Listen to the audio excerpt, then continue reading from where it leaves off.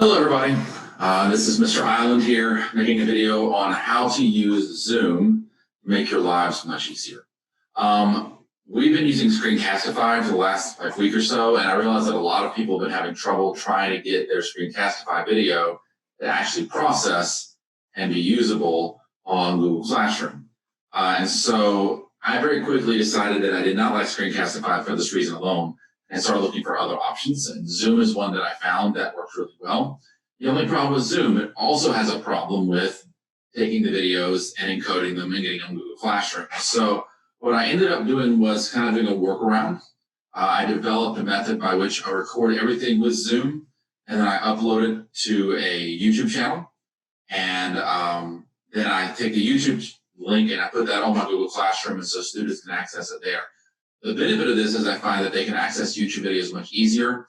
They generally stream faster or better quality, and they're easier to work with, rewind, pause, fast forward, all those things. Students are already used to using it. So what I wanted to do today is give a brief introduction on how to set up Zoom, how to use it to record a video, how to save that video onto your computer. And then once that step's done, I'll record a different video on how you're going to be able to take that video, bring it to YouTube, have YouTube encode it, make it ready for you to use, and then put it onto your Google Classroom. So I'm going to turn off my camera. I just wanted to have it on briefly just to say hi, everybody. Hope everybody's doing well. I'm going to go ahead and turn off my camera and start sharing my screen. Right now I am recording using Zoom to make this video. So what's going to be odd is a lot of what I'm going to be doing is through a PowerPoint presentation, because I found out that I can't screencast how to use Zoom while I'm using Zoom to show how to use Zoom. So that's kind of what I'm going to be doing. So just one moment. I'm going to stop the video. Okay, so you should see my screen now in front of you. I'm going to start my PowerPoint up, and I call this How to Zoom to YouTube. So how to Zoom to YouTube? Let's look at this. I'm going to go to the first slide. If you go to zoom.us, not zoom.com, but zoom.us, you'll be brought to this page. And of course, this is a PowerPoint. I'm going to forget this is a PowerPoint every single time, so I'm going to try not to click on things until I show what you need to do. The first step that you have to do is actually sign up to use Zoom. A couple of things about Zoom. Currently, we can only record 45-minute long videos if you have more than a certain number of participants in with you. And as long as you're just doing it by yourself, I think there's an unlimited amount of time of recording. So you should be able to record videos as long as you need to. Though I'd recommend not going any longer than 15 minutes or so, maybe 20, 25. And the reason is if you make a mistake somewhere, or if for some reason there's a problem with the computer and you lose everything, you suddenly lost all that photos that you just recorded. So instead, you can break it up into multiple segments. It makes it work a little bit better, makes the processing happen a little bit sooner, things to that extent. So the first thing you're going to do is go over here and click up on sign up. It's free. And when you do, it'll bring you to, of course, the sign up free section. What I find is easiest is instead of going to this sign up here, that you go to sign in with Google. You can definitely use your Livingston Parish sign in. And so when you click on sign in with Google, it brings you to this, which most of you have already seen before. And I just use daniel.eiland@livingstonschools.net. And so once you've signed in here, it'll then take you back to this window right here. Now, if you want to, you can actually just go to Zoom, log in, and use this to schedule your meeting. You can either click on schedule a new meeting right here. If you want more training, you can click get training and find different trainings you can do. If you record anything, it'll actually show up here if you forget to download it to your computer. But what I find was easiest is I actually downloaded the Google Chrome plugin, the extension. And to do that, you just go down right here to where it says Chrome extension, Google Chrome, and you click on download. And when you do, it'll take you to the Zoom scheduler download. Now I've already clicked on the button here, unfortunately, but it would say here normally install or add plugin. When you click on that, it'll bring up this box that says, would you like to add extension? It says it can read and change your data on all zoom.com sites, calendar.google.com, and www.google.com. I click on add extension, and it'll install it for you. And you'll notice that it brings up a new extension on the top of your bar, wherever your extensions are, that looks like a blue camera. Now, the good thing about this is there's a couple of things you can do with Zoom. You can either schedule meetings or you can host one right now. The first thing you need to do is sign in. And so, of course, you're going to click sign in with Google. And once you sign in with Google, it'll bring you to this section here. You can either schedule a meeting or you can start a meeting. And once you go to start a meeting, which is how you start a meeting right now, you can do it with video off or video on. A lot of times I'll start with my video off first, so I can just get things set up. And then I turn video on. I do find that having video actually improves engagement because students are able to look at your face. And while it may be a very small picture in the side corner, at least lets them know that you're there. And it does help a lot. So when you start your video, you can click on video on or video off. The next thing that's going to happen, especially if it's your first time loading Zoom, is going to bring you to this page. Okay, so say open Zoom. Zoom wants to open this application. For me, I've already installed it. For you, it hasn't installed yet. So it should automatically start downloading. And you'll notice that it comes up the bottom of your bar here. And whenever this is done downloading, which you'll notice it's done downloading, there's nothing moving here. It doesn't say 50% or 75%, it's 100%. You can click on this and then it'll load Zoom and eventually it'll open up your Zoom box. And your Zoom box is going to be open in a separate screen. It's a separate software. It doesn't require any administrative passwords, so it should install without a problem. When you click on it, it's going to bring up here. Now, if your video is being sent across, you'll see yourself in the video here where the big D is. If you're not sharing video, you'll see something along the same lines as me here. Sometimes I have a picture pop up because I'm signed in with another account every now and again. But right now, you see my D is right here. And there's a couple of things at the bottom you'll notice. I want to talk about a couple of these really quickly.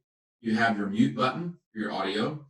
Your audio natively starts up being recorded or being broadcast. Nothing is actually being recorded right now, only being broadcast. And there's two different things with this. When you're using Screencastify is always recording unless you pause the recording. With Zoom, this is a video conferencing software, and so it's not recording off at the beginning. You can honestly use Zoom to actually bring students into Zoom so they can watch what you're doing, they can chat with you, they can ask questions, they can send their video, or even speak to you live.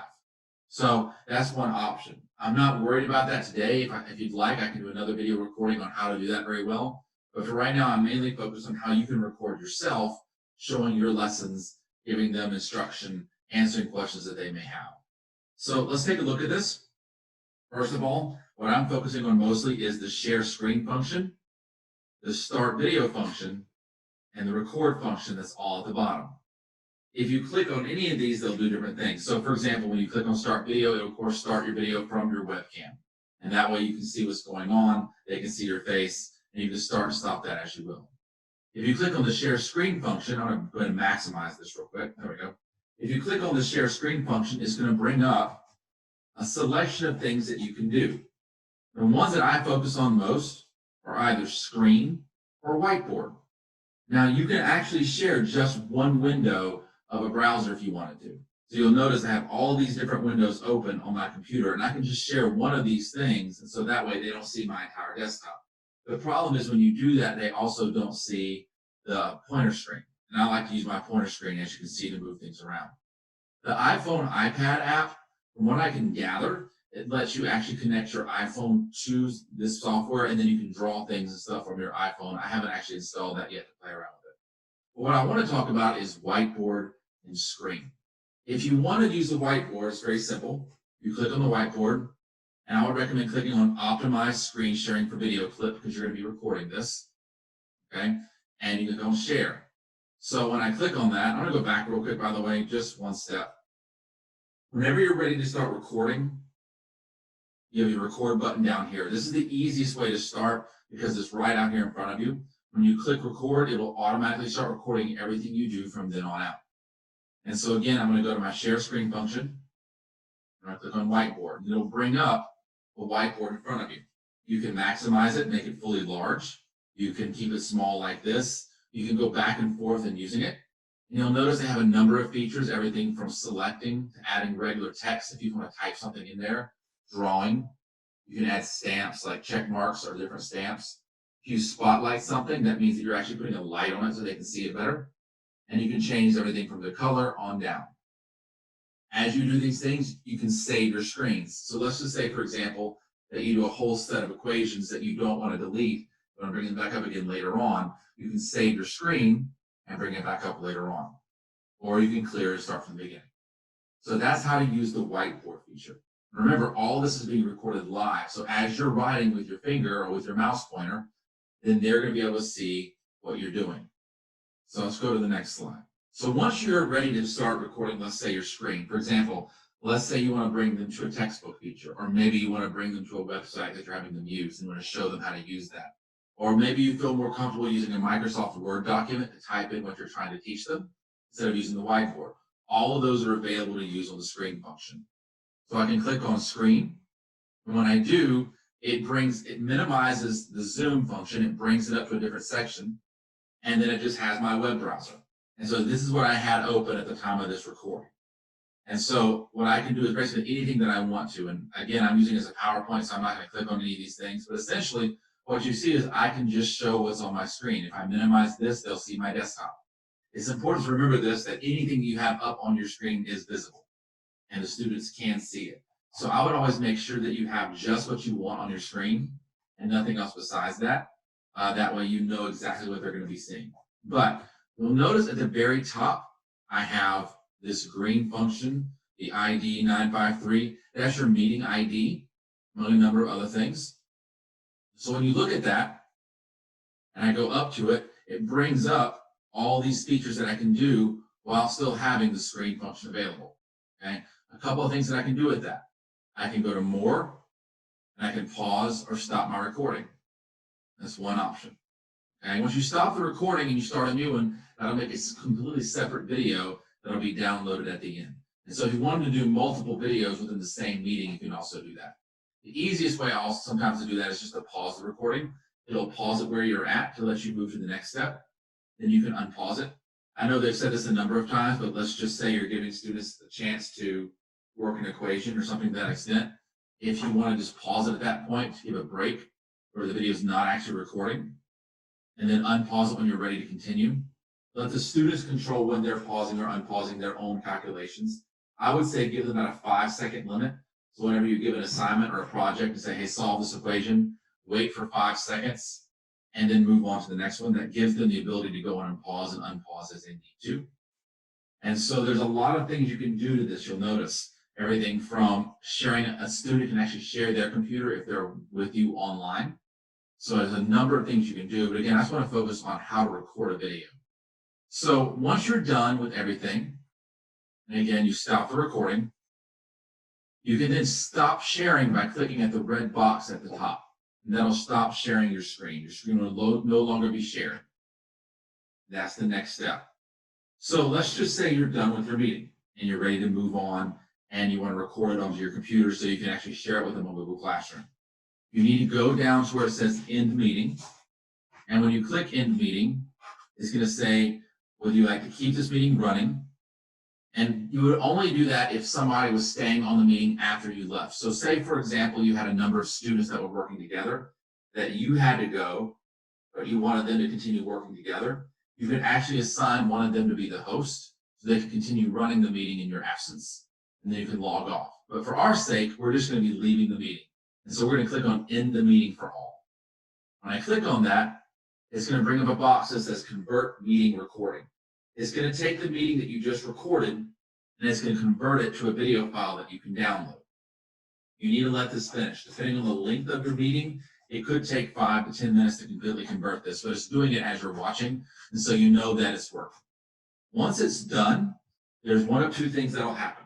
It'll either automatically save it to your desktop, or save it onto your computer, or it'll ask you where you want to save it. Because I've done this before, it's automatically saved it for me.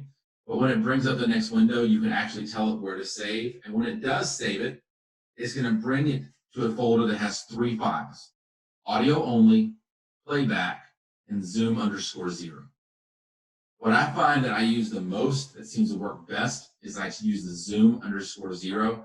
And just to make sure that I can find what it is, I generally right-click on the file, and I click on Rename, and I rename that file to the next thing that I want to be. So for example, this was Zoom tutorial video. So then you have the video on your computer. You can do with it what you want to. If you wanted to get on it with a video editor and edit it, you could do that. If you just want to take the video and put it up onto YouTube, that's what I'm going to be showing you the next steps. So again, let's go back to this very, very quickly. Once you get everything scheduled on and you start your meeting, you can share your screen. When you do, it'll let you choose between screen and whiteboard or a number of other features. You can do what you want on the whiteboard or just from your screen, telling the students what you need them to do. And by the way, you don't have to share your screen. If you just want to send a video and that's all you're going to be sending, you can do that as well. This is a really easy way of recording yourself and keeping everything in the same format. And again, when you're done, you click on Stop Share. And once you stop sharing your screen, it'll bring it back to this section here. End your meeting. End meeting for all. Let it convert the meeting recording.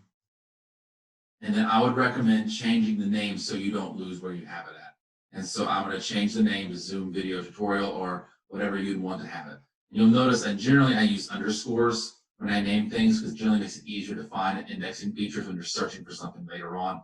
That's just a little tidbit of something that I figured out over time. So in my next video, I will show you how to use this onto YouTube and post it, and then how to share it to your Google Classroom. For now, I hope you all are having a wonderful evening, and I will record one later on.